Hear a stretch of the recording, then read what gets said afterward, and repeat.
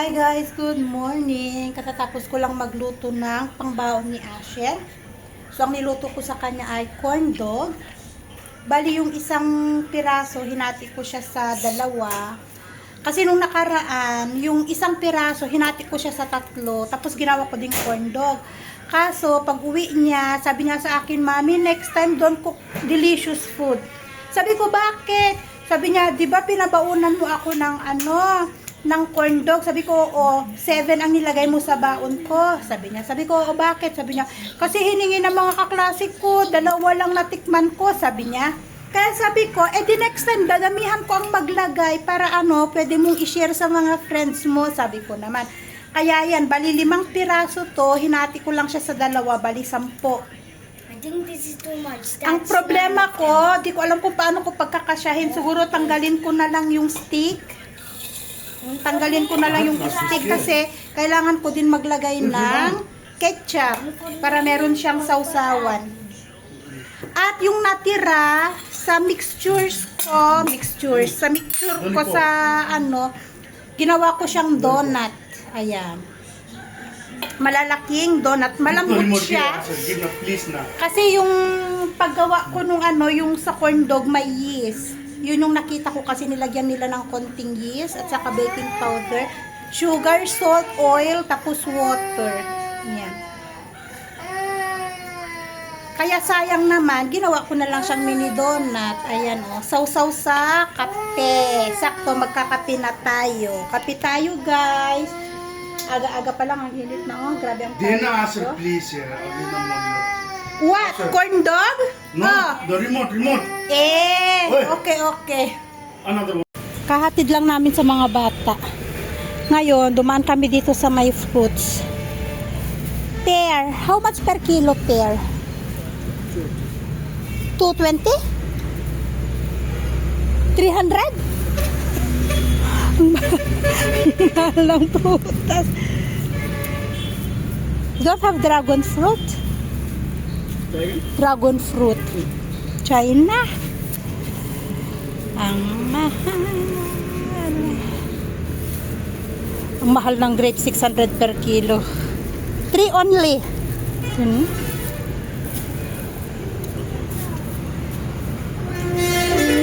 Apple.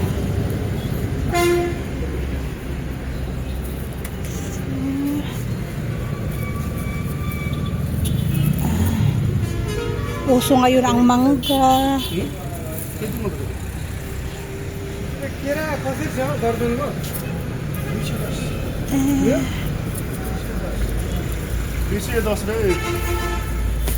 Yes, this one banana I like. The long banana. This. Ang hahaba. Tignan niyo.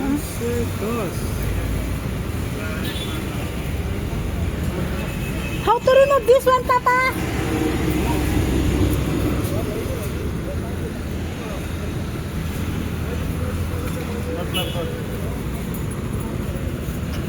Which one? This the one. This one or this one? Too much. That one too much. Kasi mahaba yan eh. Daming mangga oh.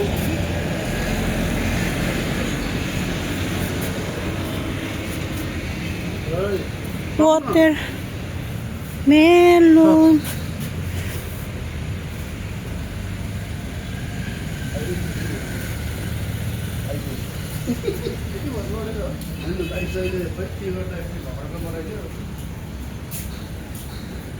Ganda ng okra. Wait lang. Hi guys! Nandito na kami sa bahay. At yun nga. Ang haba no? Saging. Ito masarap na saging. Ano bang tawag? Banana? You want banana? This long? How much this banana Asis?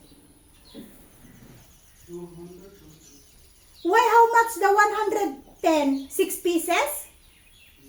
Mas mahal yung ganitong klase ng saging. 210 daw. Ito. 7 piraso lang. Pero ito yung masarap banana cake. Yan. At upo.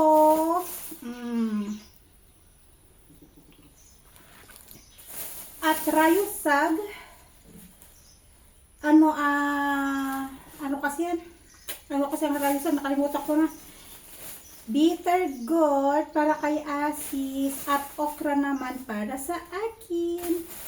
Magbuboil ako ng okra ngayon. Yan yung ulam ko. Yeah. At ito yung fruits na pangbaon ni Asher sa school. At syempre, pagkain din namin dito sa bahay. Nagulat ako sa presyo ng grapes. My God. 600. At hindi na ngayon uso ang, hindi ko alam kay Day, hindi masyadong, ewan ko ba dito sa Karsa, hindi limited yung fruits na itinitinda nila. Unlike sa Bakulan, maraming pagpipilian doon na prutas. Tingnan mo, wala silang avocado. Ang dami nilang mangga, wala silang avocado. Sa Bakulan, may mga avocado doon, may sweet melon, mga ganun ba? Doon sa binibilan ni Julie. Oh. Tikman ko tong ganitong klase ng grapes. Wala nang hugas-hugas, punas-punas lang. Oops, don't open your medicine. Galing pala kami sa doktor. Ay, matamis. Gusto to ni Asher. Ayaw ni Asher yung maasim. Nangingialam magbukas ng gamot. Matamis siya. Hindi siya yung maasim na ano. May maasim kasi na grapes. Bumili ako ng peras kasi gusto din to ni Asher. At apple. Minsan apple at biscuit lang. Yun ang baon niya minsan. At bumili din kami pala ng patatas at bawang. Ayaw ni Asis bumili ng bawang kasi maraming bawang sina Ama. Eh ang problema ko, ayaw ko yung bawang nila Ama kasi napakaliliit ang bawang nila Ama. Guys, ang hirap niyang balatan.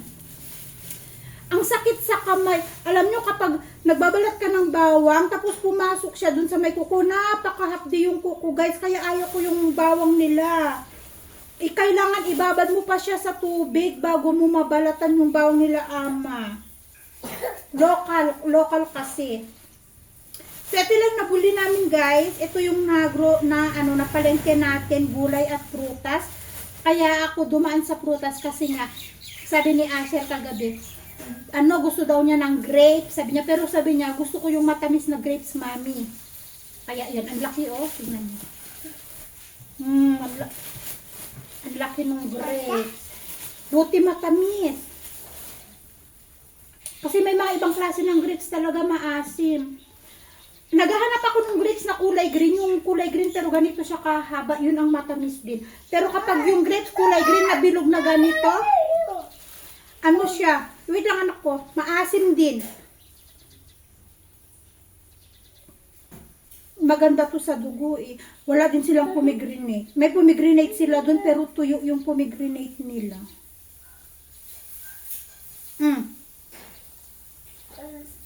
Balatan natin saglit. I will remove, okay? The skin, ha? Mabilaukan ka sa skin, baby, oy.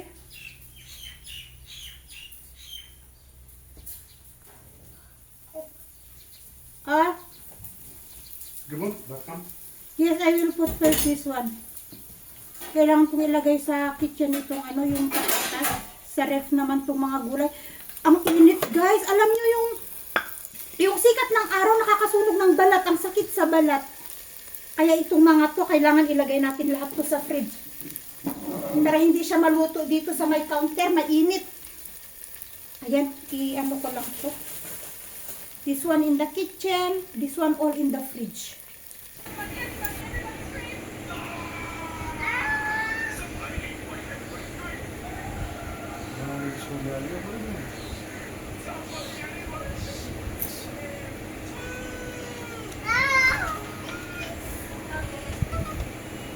So, ganito lang kami dito guys kapag dumating si Asher at nag-start na siyang gumawa ng kanyang homework. Ayan.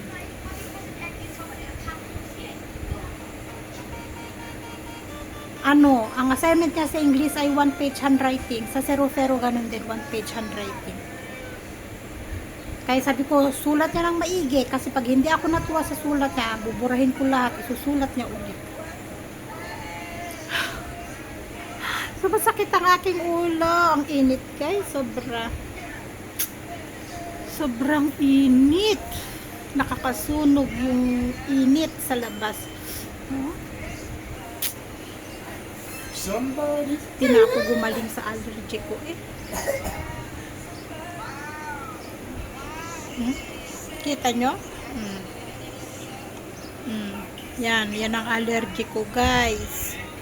Araw-araw akong may cetirizine na gamot. Kasi pag hindi ako nag-take niyan, ay naku, talagang Tan! Shh. Uy. Bye-bye na! Hi guys! Bye-bye! Thank you for watching! God bless you in our next vlog, everyone! Bye and God bless us all! Bye guys! No? Why no? Only you? No for Dada? Bye! Oh, for Dada also. Ay, flying kiss daw. Oh, flying kiss. Hindi na ko yung flying kiss niya. Ay, good boy. Okay. Ay, sus! Mag-aaway sa camera. Hala ka.